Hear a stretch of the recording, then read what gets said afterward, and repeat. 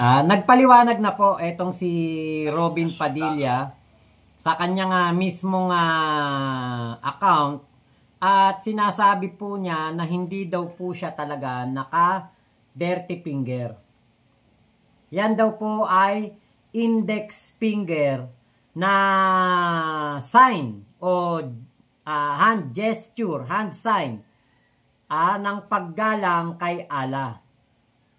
Ito daw po ay tradisyon o kumbaga ano nila, kaugalian ng mga Muslim.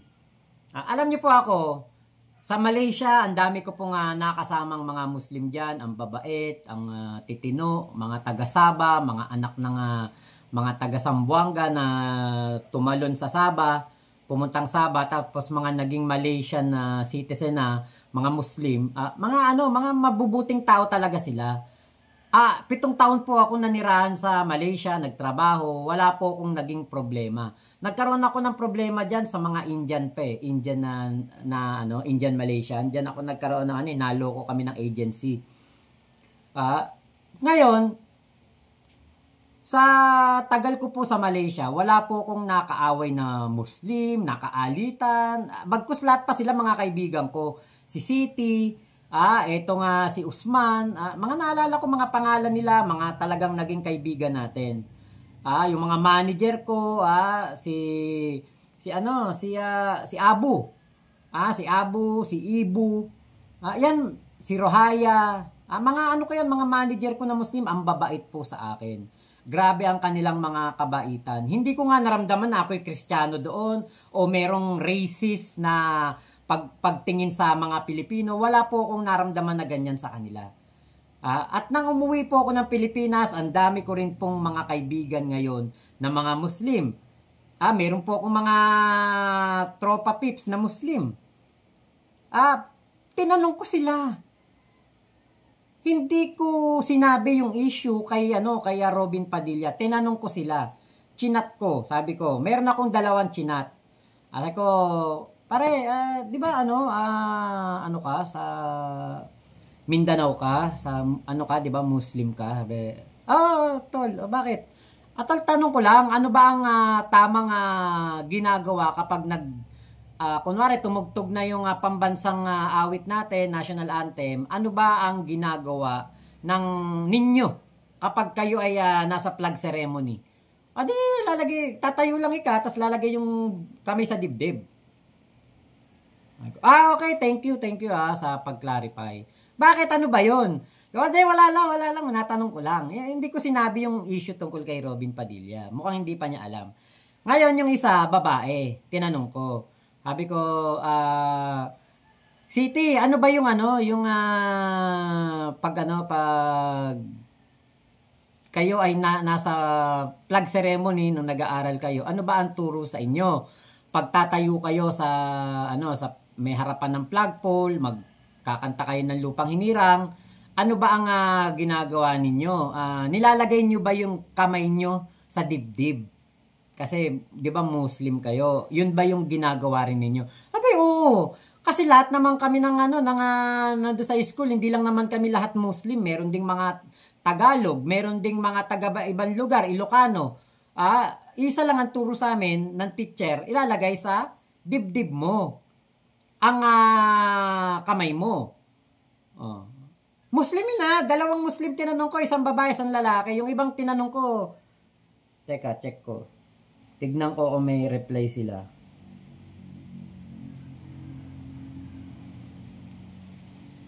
Wala.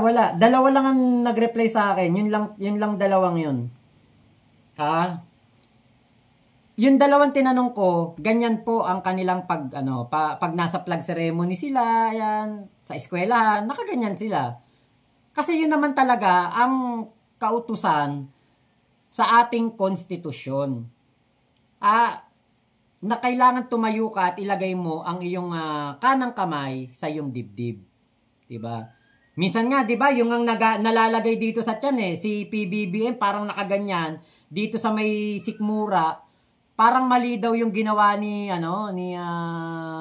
PBBM. Diba? Merong ganyang sitwasyon, naalala ko. parang nakaganyan si PBBM dito sa may Sikmura. Mali daw ang ginagawa ni PBBM na pagkanta ng yung kanyang ginawa na paglagay dito sa pagkanta ng lupang hinirang. Mali daw 'yun. Hindi daw dito, dapat daw dito. Ako talaga lumaki ko dito. Walang ibang tinuro sa amin. Catholic school ako nagtapos hanggang nung ako elementary, high school, walang ibang tinuro sa amin kung hindi ganito. Meron kaming mga kaklaseng Muslim doon sa ano pangalan nito? Meron kaming yung parang sama-sama kayong mga estudyante. Nakalimutan ko yung parang mga vocational kayo, yung mag-aaral kayo ng vocational. Meron kaming mga nakasamang Muslim doon. Pero ganyan din sila. Humawak o mag-recite ng lupang hinirang. Kapag kumanta na, nakaganyan sila. Hindi naman, TESDA ba yun? Hindi ko matandaan sa Megiginto. Yung kapag bago magsimula kami ng aming sa vocational, kailangan nakaganyan ka din pag ikaw nag-aral. O ikay magsisimula kayo ng klase nyo. Vocational yun ganyan kayo.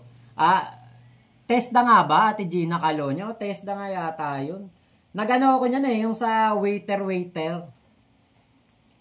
Binigyan kami ng ng certificate. Meron kami kasamang Muslim.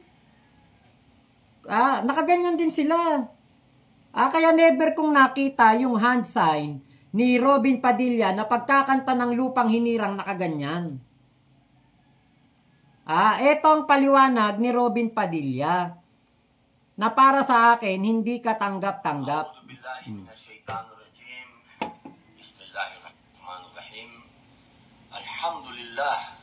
Ayan, ito. Ito yung kanyang paliwanag. Ipapadinig ko po sa inyo. Ilang minuto ba to? Naku, mahaba pala to. Teka, natin. Alamin, timpalaan ng Panginoong Allah. Ang Rappler. Ito pong Rappler ay sa matagal na panahon, naging kaibigan ko po itong mga ito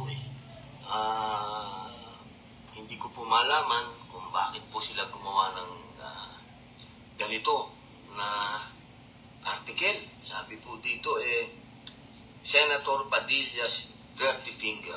Allahu Akbar. Sabi po dito, during the opening of the Senate plenary session on September 8, 2025, Senator Robin Padilla flashed his middle finger, Allahu Akbar, a vulgar gesture, while making it appear he is just placing his right hand to his left chest while singing the Philippine national anthem. Allahu Akbar. It was during that plenary session where Senator Chis Escudero, whom Padilla and other Duterte allies supported, was ousted as Senate President. Allahu Akbar, Allahu Akbar, Allahu Akbar. A'udhu billahi minasyaitanir rajim. Ayan po ang nilabas ng Rappler na itunuring po nating kaibigan. Alam niyo po, kung ako po ay may pagkakamali, dapat lang kahit magkakaibigan kayo ay banatan ka. Gawang ka ng issue. Pero ito pong ganap na ito, hindi po nangyari ito. Meron pong larawan na tunay kung ano po yung ating ginagawang kalima. Gusto ko pong iparating sa inyong lahat. Ito po ay banal sa aming mga Muslim. Banal po ito.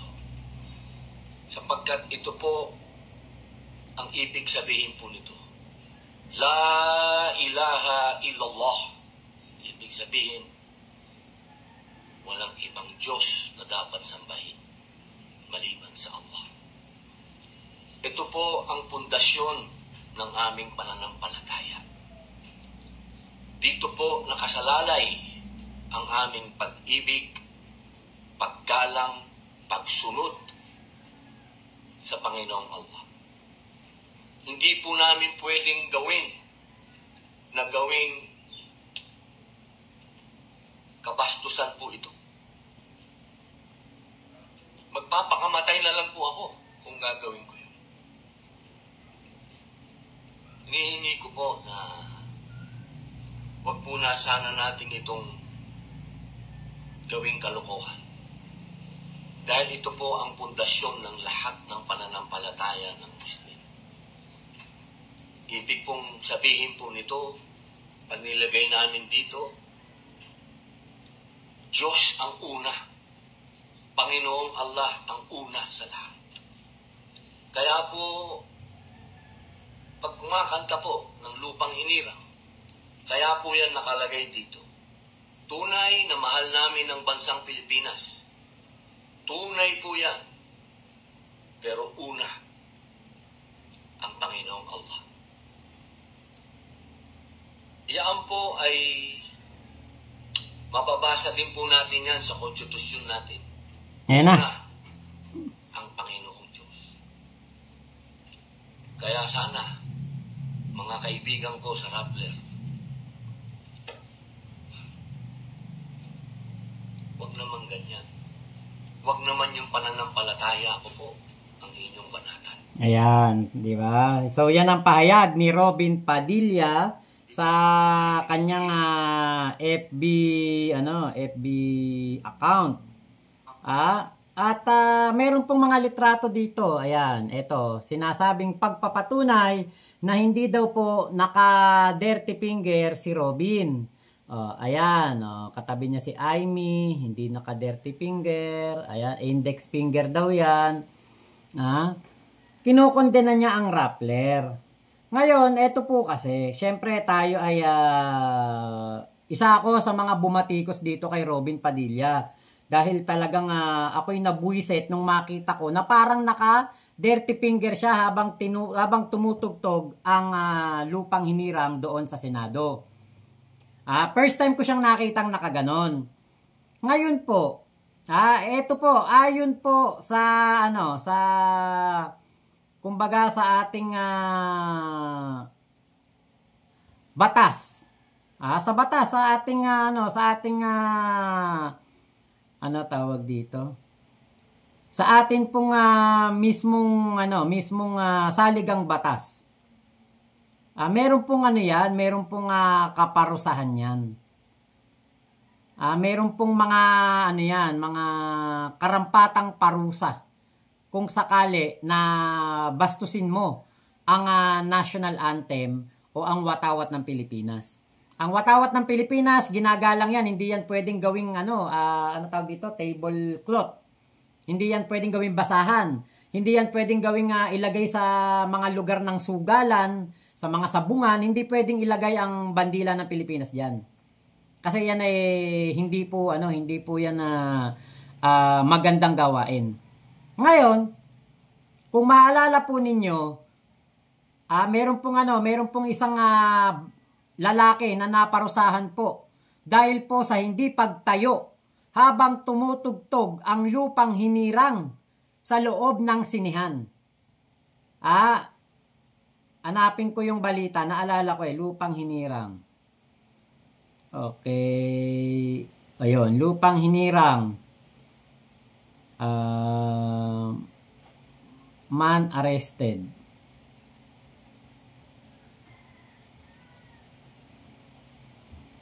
Okay. Meron yan man in Naga City, Cebu. Nab. Hindi pala yan. Ito pala. Hindi lang pala yun meron pa dito 34.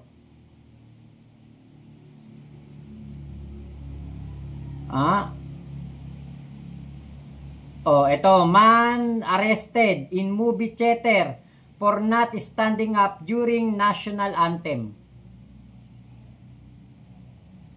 Yan po yung isa sa mga mga balita na diyan patungkol po sa hindi pagkanta o hindi pagtayo sa habang tumutugtog ang lupang hinirang. Yan po yung yan po yung mga balita dyan. Pero ito, ngayon ko lang ito nakita, 34 moviegoers. Diba? 34 moviegoers arrested for not standing up to sing Lupang Hinirang inside cinema. Diba? May mga napaparusahan po sa pambabastos sa ating watawat ng Pilipinas. Ngayon, ito pong ginawa ni Robin Padilla. Sinearch ko yan. Tinanong ko rin kay Meta AI, tinanong ko kay Gemini, tinanong ko kay Google, tinanong ko kay ChatGPT kung labag ba sa batas ng Pilipinas ang ginawa ni Robin Padilla. Tinanong ko talaga kasi gusto ko malaman kung labag ba talaga sa batas yan. Kasi nga, ang alam ko talaga sa batas ng Pilipinas,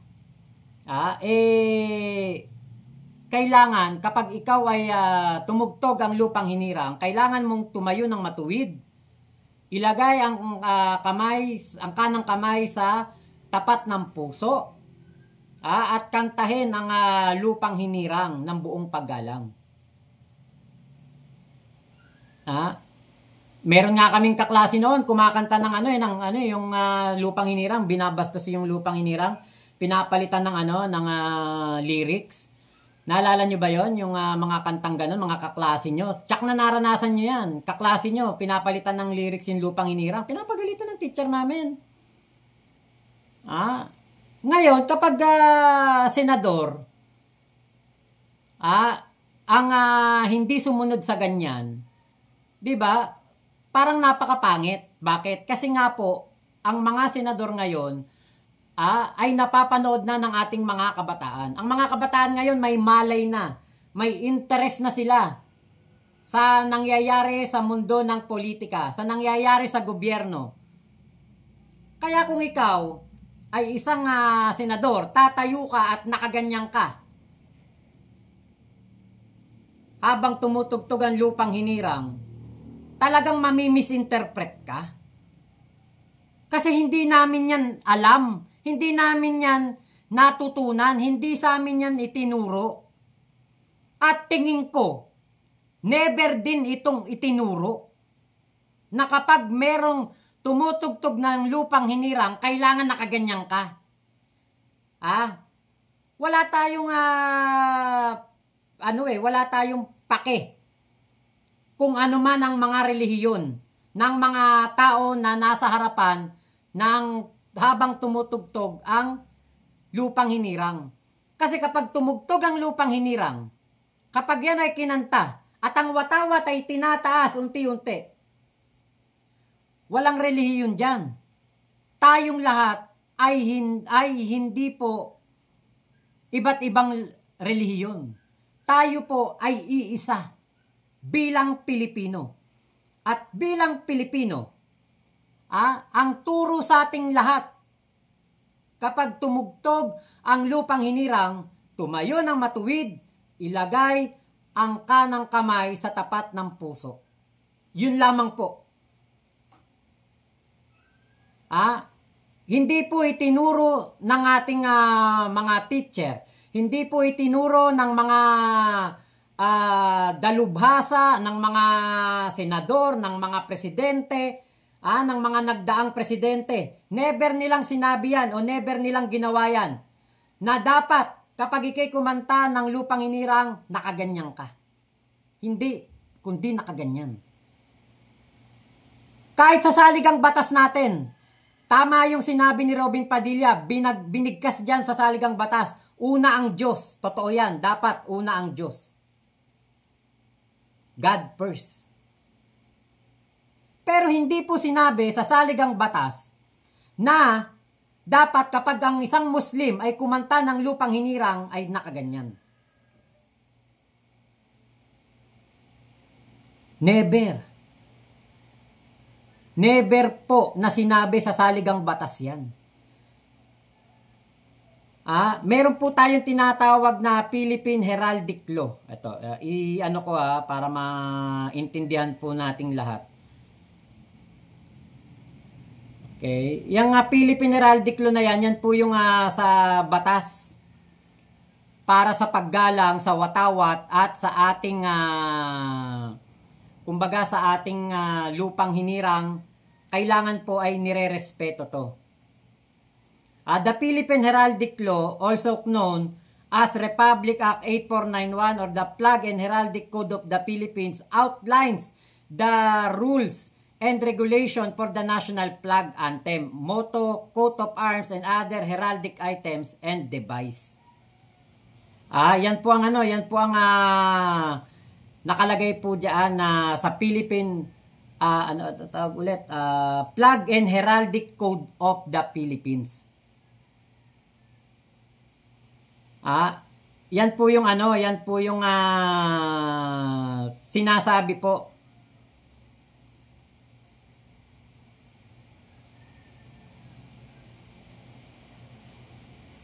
Ngayon, ito po yung mga pangunahing provision. Paggalang at pagrespeto.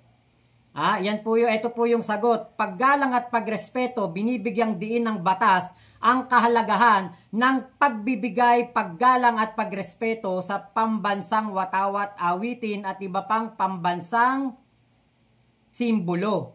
Pagpapakita ng watawat, dapat itaas ang watawat sa pagsikat ng araw at ibaba sa paglubog ng araw. Dapat itong iwagayway sa palo sa simula ng opisyal na oras ng trabaho at manatili sa buong araw. Wastong paghawak. Dapat na solemnenteng sunugin ang nasirang watawat upang maiwasan ng maling paggamit o paglapastangan. Eskudo at selyo, maring magpatibay ang mga entidad ng gobyerno ng kanilang eskudo, administratibong selyo, logo, insignia, badge, patch at banner na sasailalim sa pag-aproba ng Kongreso o opisina ng Pangulo. Okay, dapat itong i-file sa Institute para sa pagtatala at pagsusuri at sumunod sa mga pangunahing tradisyon ng heraldika at pambansang identidad. Yan po yung sa heraldic law. Okay, paggalang sa lupang hinirang.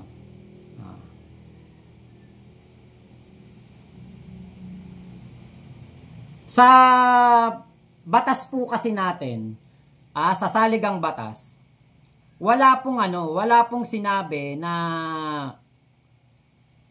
kapag ikaw ay kakanta ng lupang hinirang at ikay Muslim, dapat ikaw ay nakakalima. Yung sinasabi ni Robin Padilla. Wala po. Hindi tayo against sa kanyang pagiging Muslim. Marami tayong kababayang Muslim, yung iba kaibigan pa natin. Hindi natin sila kinokondena. Si Robin Padilla ang bukod tanging Muslim na dinadaan ang kanyang pagkanta ng lupang hinirang na nakaganyan.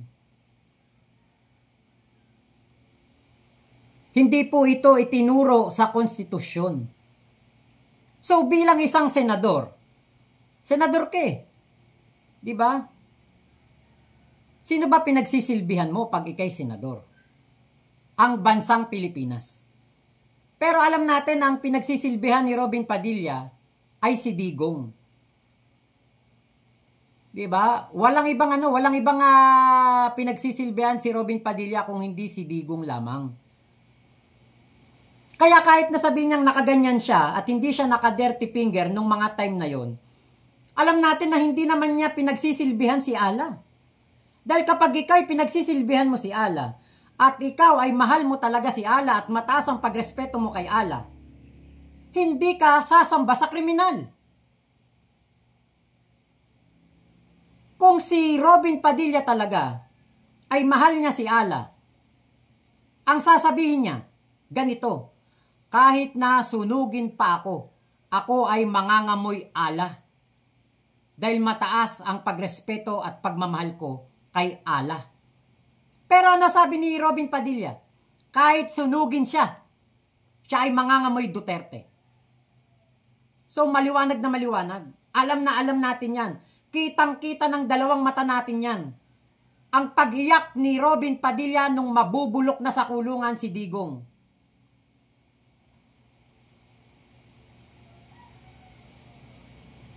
Diba, kung talaga, kung siya talaga,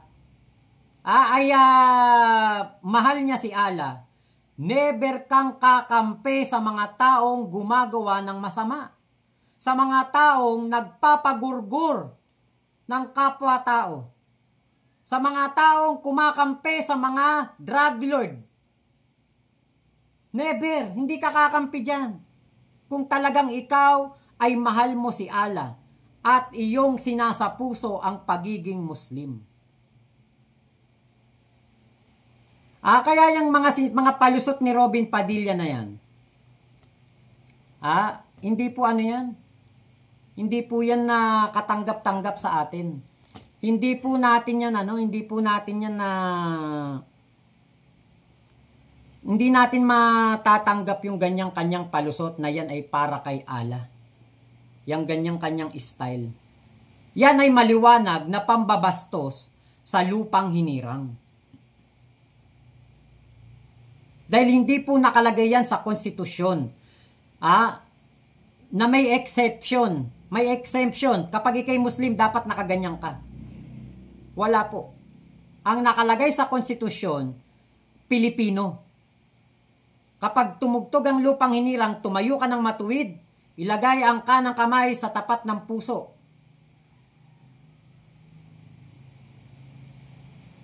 Ganyan po ang tamang pagkanta ng lupang hinirang. Yan ang tamang tamang akto. Hindi nakaganyan. Ngayon, nung nakita ko yung kanyang pahayag, yung kanyang palusot, parang biktima pa siya. Parang kawawang-kawawa pa si Robin Padilla. Ikaw na hindi marunong sumunod sa konstitusyon, ikaw pa biktima.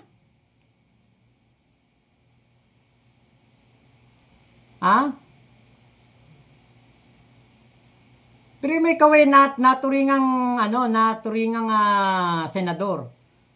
Bakit hindi mo kayang sundin ang napakasimple na utos sa konstitusyon? Tumayo ng matuwid, ilagay ang kanang kamay sa tapat ng puso habang tumutugtog ang lupang hinirang. Bakit hindi mo kayang sundin? Bakit hindi mo kayang panindigan ang pagiging senador ng Republika ng Pilipinas?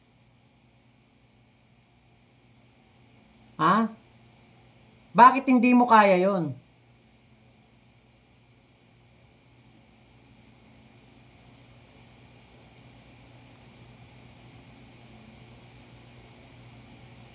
Bakit hindi mo kayang sundin yung napakasimple lang na yon? Sa paggalang sa ating lupang hinirang o pambansang awit. Eto meron po akong nandito kasi sa isa kong cellphone. Meron akong na-ready na kaya lang nandito pala sa isa kong cellphone Yung sagot sa kung tama ba o mali ang ginawa ni Robin Padilla habang tinutugtog ang lupang hinirang o kinakanta ang lupang hinirang.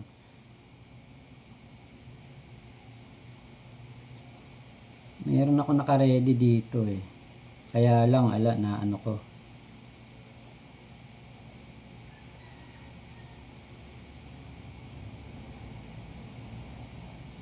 Eto, ang ginawa ni Robin Padilla habang kinakanta ang lupang hinirang ay nakatanggap ng iba't ibang reaksyon mula sa publiko. Nakataas niya ang kanang kamay na may nakasarang hintuturo habang nakapatong ito sa kaliwang dibdib, na ayon sa kanya ay isang hand gesture na tinatawag na kalima la ilaha ilaha, na bahagi ng kanyang pananampalatayang Muslim. Ayon sa alituntunin, dapat ilagay ang kanang kamay sa tapat ng kaliwang dibdib habang inaawit ang lupang hinirang bilang paggalang at respeto sa pambansang awit. Gayunpaman, pinaliwanag ni Padilla na hindi niya ipagpapalit ang kanyang pananampalataya para sa politika at mas pipili niyang magbitiw bilang senador kaysa sabihan siya na hindi niya maaring ipakita ang kanyang pananampalataya. Tama o mali ba ang ginawa ni Robin Padilla? Ang sagot ay depende sa perspektiba. Kung susundin ang mga alituntunin, maaring hindi ito ang tamang paraan. Ngunit kung titignan ng paliwanag ni Padilla, ginagawa niya ito bilang bahagi ng kanyang pananampalataya at pagkakakilanlan bilang isang Muslim. O mga dapat tandaan, pagsunod sa alituntunin, dapat sundin ang mga alituntunin sa pag-awit ng lupang hinirang bilang paggalang sa pambansang awit. Pananampalataya at pagkakakilanlan. Ang pagpapakita ng pananampalataya at pagkakakilanlan ay mahalaga para sa maraming tao. Respeto at pag-unawa. Dapat magkaroon ng respeto at pag-unawa sa iba't ibang pananampalataya at kultura. Yan po ang sagot. Ngayon po, meron po akong dito, nung sinearch ko, hindi mapaparusahan si Robin Padilla sa kanyang ginawa. Hindi po siya mapaparusahan, hindi po siya makukulong, hindi po siya mapagmumulta. Bakit?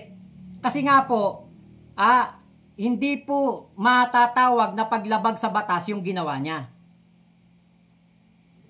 Hindi po paglabag daw yan sa batas ng yung heraldic code ng Pilipinas na dapat pag ikay tumayo, nakaganyan ka habang tumutugtog ang lupang hinirang. Kasi tumayo naman siya. Ginalang niya ang pambansang awit, ginalang niya ang watawat. Pero mali ang kanyang hand gesture. Mali ang kanyang hand gesture na nakaganyan. Kasi hindi po itinuro sa konstitusyon na dapat nakaganyan ka kapag ikay Muslim. Wala pong binanggit sa konstitusyon na kapag tumutugtog ang lupang hinirang, dapat nakakalima ka. Ginagalang natin ang pananampalataya ni Robin Padilla. Ginagalang natin ang pananampalataya ng ating mga kapatid na Muslim. Pero bilang isang senador na nagsisilbi sa bayan, nagsisilbi sa iisang watawat, iisa lang din naman ang ating lupang hinirang. Wala namang Muslim version, wala namang Ilocano version, wala naman itong Tagalog, hindi pala Tagalog version, wala naman itong Visayas version o Ilongga version. Kung hindi, iisa lamang, Tagalog version lang. Kahit saang bansa, kahit saang lugar sa Pilipinas, Luzon, Visayas, Mindanao, mula Batanes hanggang Ulo, iisa lang ang lyrics niyan. Nagsisimula sa bayang Magiliw at nagtatapos sa ang mamatay ng dahil sa'yo. Lupang hinirang lamang yan. Kaya walang pagkakaiba-iba. We are under one country. Kahit na ano pang pananampalataya natin, iisa lang ang ating lupang hinirang, iisa lang ang ating watawat. Magkakaiba man tayo ng pananampalataya, magkakaiba man tayo ng mga partido, magkakaiba man tayo ng mga ethnic groups. Still, ang nakalagay sa konstitusyon, ilagay ang kanang kamay sa tapat ng puso, sa kanang balikat sa tapat ng puso, sa kanang dibdib. Walang exemption.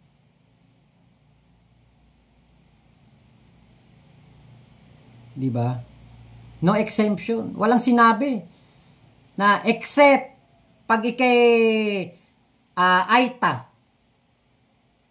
iba ang hand gesture mo. Except pag ikay Muslim, iba ang hand gesture mo. Except pag ikay Badyaw, iba ang hand gesture mo.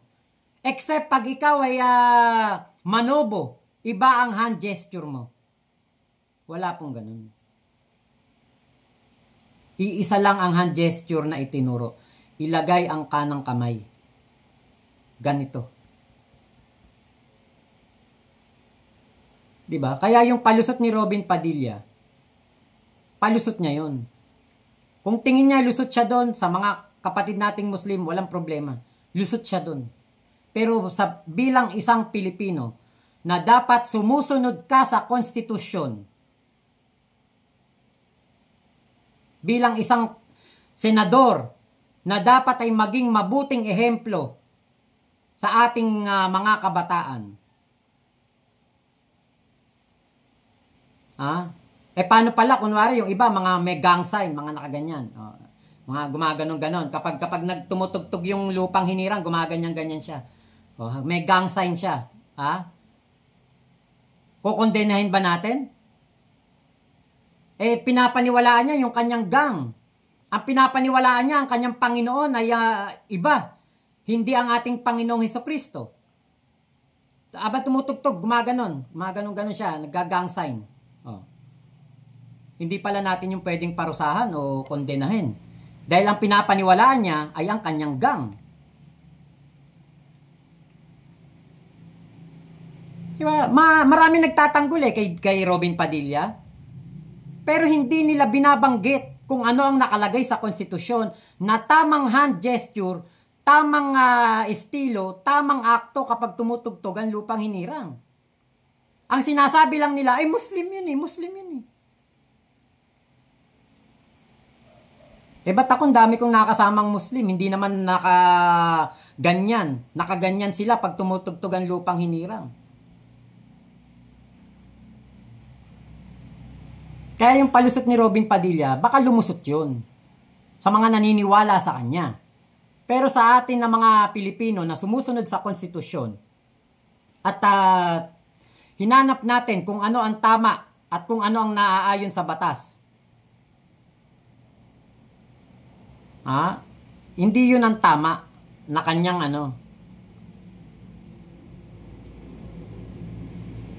hindi yun ang tamang hand gesture. Diba? Hindi yun ang tamang hand gesture ng isang senador. Para sa kanya, baka tama yun. Pero para sa batas, at ayon sa batas, hindi iyon ang tamang hand gesture kapag tumutugtog ang lupang hinirang. Excuse me po, nahatching na.